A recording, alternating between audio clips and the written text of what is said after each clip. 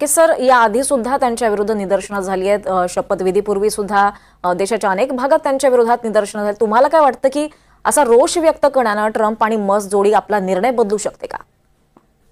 या दबावामुळे त्यांना हा निर्णय मध्ये बदल तर नक्कीच करावे लागतील। याचं कारण असं आहे की त्यांचा तसाही हा निर्णय प्रत्यक्षात अंमलात येईल अशी शक्यता फार कमी होती। डोनाल्ड ट्रम्प यांची कार्य करण्याची पद्धत आहे, ते उद्योगपती आहेत, व्यावसायिक आहेत, आयुष्यभर त्यांनी वाटाघाट्या केलेल्या आहेत, वाटाघाट्या करतच योग्य डील आपल्या पदरात पाडून घेणं हा त्यांचा स्वभाव आहे। अशासाठी दबाव टाकणं, वातावरण तयार करणं, काहीतरी चमत्कारिक वक्तव्य करणं, चमत्कारिक निर्णय घेणं आणि त्याच्या माध्यमातनं अशा स्वरूपाचं वातावरण तयार करून इतरांवर दबाव टाकणं ही त्यांचं धोरण आहे। आणि त्यांचं हे धोरण असल्यामुळे स्वाभाविकपणे त्यांनी अशा स्वरूपाचे निर्णय घेतलेले आहेत। मात्र ते प्रत्यक्षात येतील असं वाटत नाही। आता जनतेकडनं देखील याला विरोध झाल्यामुळे ह्या निर्णयांच्या बाबतीमध्ये ते लवचिकता आणतील अशा प्रकारची परिस्थिती आहे। अमेरिकन जनतेला ट्रम्प यांना निवडून दिल्याचा पश्चाताप होत असेल का? तुम्हाला काय वाटतं? डोनाल्ड ट्रम्पच्या बाबतीमध्ये एक बाब आपल्याला लक्षात घ्यावी लागेल की अमेरिकेमध्ये इलेक्शनच्या काळामध्येच म्हणजे राष्ट्राध्यक्ष पदाच्या निवडणुकांच्या काळातच ध्रुवीकरण झाल्याचं आपल्याला स्पष्टपणे दिसून येत होतं। आणि हे ध्रुवीकरण विचारसरणीच्या आधारावरती होतं, पक्षीय आधारावरती होतं आणि त्यामुळे काटेकी टक्कर म्हणतो अशा स्वरूपाचं वातावरण होतं। त्यामुळे स्वाभाविकपणे जर 50% लोकांना डोनाल्ड ट्रम्प हे राष्ट्राध्यक्ष म्हणून हवे असतील तर 50% लोकांना ते राष्ट्राध्यक्ष म्हणून नको सुद्धा आहेत। त्यामुळे त्यांची तारेवरची कसरत आहे। अमेरिकेमध्ये जुलैमध्ये साधारणतः अमेरिकन काँग्रेसच्या मध्यवर्ती निवडणुका पण आहेत। त्यामध्ये डेमोक्रॅटिक पक्ष हा पुन्हा एकदा हाऊस ऑफ रिप्रेझेंटेटिव्ह आणि सिनेटमध्ये देखील, विशेष करून हाऊस ऑफ रिप्रेझेंटेटिव्ह मध्ये पुन्हा एकदा मेजॉरिटीमध्ये येण्याची शक्यता नाकारता येत नाहीये। त्यामुळे मला असं वाटतं की डोनाल्ड ट्रम्प यांच्यावरती दबाव हा मोठ्या प्रमाणावर असल्यामुळे त्यांना आपल्या निर्णयांवरती पुनर्विचार करावा लागेल। नक्की सर, जवळपास 4 वर्षांचा काळ आहे ट्रम्प यांचा, मग आत्ताची ही निदर्शनं पाहता तो वादळी ठरेल असं दिसतंय का? ते निश्चितच होणार आहे, कारण ही निदर्शनं जी आहे स्पॉन्टिनियस आहेत, जनतेकडनं रिॲक्शन्स आहेत। त्यांनी तिथल्या प्रशासनाच्या संदर्भात देखील अशा स्वरूपाचे काही निर्णय घेतलेत, जसं हजारो कर्मचाऱ्यांना तात्काळ तडकाफडकी नोकरीवरनं काढून टाकलं गेलेलं आहे। डोनाल्ड ट्रम्प यांना अमेरिकेचा प्रशासकीय खर्च, संरक्षणावरचा खर्च कमी करायचा आहे, अमेरिकेचं उत्पादन वाढवायचं आहे। मात्र हे करत असताना या स्वरूपाच्या सुधारणा ह्या टप्प्याटप्प्याने करायच्या असतात, परंतु त्यांची जी भूमिका आहे आणि अशा ज्या स्वरूपाचे ते ड्रास्टिक निर्णय घेत आहेत त्याची 100% प्रतिक्रिया अशा स्वरूपानेच उमटणार आहे। आणि मला असं वाटतं की अमेरिकेमधलं न्याय व्यवस्था असेल, अमेरिकेमधले इव्हन रिपब्लिकन पक्षामधले देखील अनेक जण डोनाल्ड ट्रम्प यांचे विरोधक आहे, अमेरिकन जनता आहे, डेमोक्रॅटिक पक्ष आहे, यांचा सगळ्यांच्या विरोधामुळे प्रत्येक निर्णय त्यांचा प्रत्यक्ष येईल असा अजिबात नाहीये।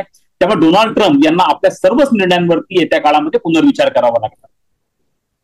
पण पाहतोय अमेरिकेतली, पण तुम्हाला काय वाटतं इतर देश सुद्धा याचे आदर्श घेतील? कारण इतर देशांवर सुद्धा या धोरणांचा परिणाम झालाय, तिथे सुद्धा अशा प्रकारची प्रोटेस्ट होऊ शकतात। भारताच्या बाबतीत कसं? नाही, मला असं वाटतं की भारताच्या बाबतीमध्ये काही बाबी आपण लक्षात घेणं गरजेचं आहे। यातनं भारताचा फायदा आणि तोटा अशा दोन्ही गोष्टी आहेत। जर तुम्ही तोटा म्हणत असाल तर अगदी सुरुवातीला आपल्याकडचे काही सेक्टर्स असे आहेत की ज्याच्यावरती ह्या निर्णयाचा काही प्रमाणात परिणाम होऊ शकतो, विशेष करून जेम्स आणि ज्वेलरी सारखं आहे, त्याचप्रमाणे ऑटो पार्ट्स आहेत, तसंच आपण केमिकल्स त्यांना करतो, व्हेजिटेबल्स आहेत, फिशरीज आणि डेअरी प्रॉडक्ट्स आहेत जे भारताकडे निर्यात केले जातात। विशेष करून भारताकडनं तांदूळ हा मोठ्या प्रमाणावरती निर्यात केला जातो, प्रॉन्स भारताकडनं निर्यात केले जातात। त्यामुळे अशा स्वरूपाच्या सेक्टर्सवरती याचा परिणाम होण्याची शक्यता नाकारता येत नाही। मात्र भारत सरकारचे अमेरिकेबरोबर या स्वरूपाच्या चर्चा ह्या चालू आहेत, बॅकडोर डिस्कशन चालू आहेत। पियुष गोयल हे अमेरिकेला जाऊन आलेले आहेत। लवकरच दोन्ही देशांमध्ये एखाद्या छोट्या व्यापार करारावरती स्वाक्षरी होण्याची शक्यता नाकारता येत नाही। मात्र याच्यात एक आशावादी बाब पण आहे, आणि ती आशावादी बाब अशी आहे की आता आपल्यापेक्षा जास्त म्हणजे 34% आयात शुल्क चिनी प्रॉडक्ट्स वरती लावलं गेलंय, तेवढंच व्हिएतनाम, कंबोडियावरती लावलं गेलंय। यांच्याकडनं प्रचंड मोठ्या प्रमाणावरती कापड हे अमेरिकेला निर्यात केलं जातं, कपडे अमेरिकेला निर्यात केले जातात, अगदी टॉवेल्स पासून बेडशीट्स पासून या गोष्टी हे देश अमेरिकेला निर्यात करतात। मात्र आता त्यांचं आयात शुल्क वाढवल्यामुळे आपल्याला फायदा होण्याची शक्यता आहे, भारतालाही संधी मिळू शकते। भारत भारताच्या या सेक्टर्सवरती त्यांनी आयात शुल्क वाढवलेलं नाहीये. त्यामुळे भारत इथे निर्यात करू शकतो. त्याला आपण ट्रेड डायव्हर्सिफिकेशन असं म्हणतो. तसंच आपल्याकडे अनेक कंपन्या आहेत, बहुराष्ट्रीय कंपन्या आहेत, ते आपलं जे मॅन्युफॅक्चरिंगचं लोकेशन आहे ते भारतामध्ये शिफ्ट करू शकतात येत्या काळामध्ये. त्यामुळे याच्यामध्ये एक सिल्व्हर लाईनिंग पण आहे, ज्याला आपण ब्लेसिंग इन डिस्गाईज म्हणतो. अशा प्रकारचा देखील परिणाम आहे. तर मेक इन इंडियाला पण याच्या माध्यमातून बढावा येत्या काळामध्ये मिळू शकतो आणि त्याचा फायदा हा आपण उचलायला हवा. नक्कीच सर. आणखी एक महत्वाचा प्रश्न म्हणजे आता ही सगळी निदर्शनं होत आहेत, हा सगळं वादळी हे सगळं ठरतंय आणि याचा परिणाम कुठेतरी होऊन डोनाल्ड ट्रम्प हे आपलं राष्ट्राध्यक्ष पदाचा राजीनामा देऊ शकतात का? म्हणजे असा काही परिणाम होऊ शकतो का? नाही, अजिबात नाही.